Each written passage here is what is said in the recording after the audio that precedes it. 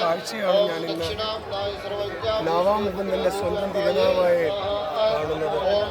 ബ്രഹ്മക്ഷേത്രവും മഹാദേവ ക്ഷേത്രവും നാവാമുകുന്ദനും ഒന്നു ചേരുന്നിടത്ത് രാജരാജേശ്വരി നടുക്ക് നിന്ന് കാര്യങ്ങൾ നടത്തുന്നു എന്നൊരു സന്തോഷം വളരെ വളരെ ആനന്ദദായകമാണ് എന്ന് തീർത്തും പറയേണ്ടിയിരിക്കുന്നു.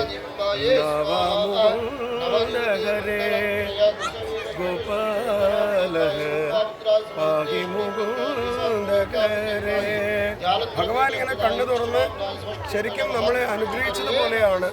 സർവചരാചര ഗുരു മഹാദേവൻ ചെറുതിരുനാവായ മഹാദേവനും അതുപോലെ ബ്രഹ്മക്ഷേത്രത്തിലെ ബ്രഹ്മാവും ഒക്കെ ഹിന്ദു കുടുംബത്തെ ഉണർത്താനായി നിശ്ചയിച്ച ഈ മഹാമഹത്തിൻ്റെ ഈ സന്തോഷവേളയിൽ ഞാനും പങ്കെടുക്കുന്നു.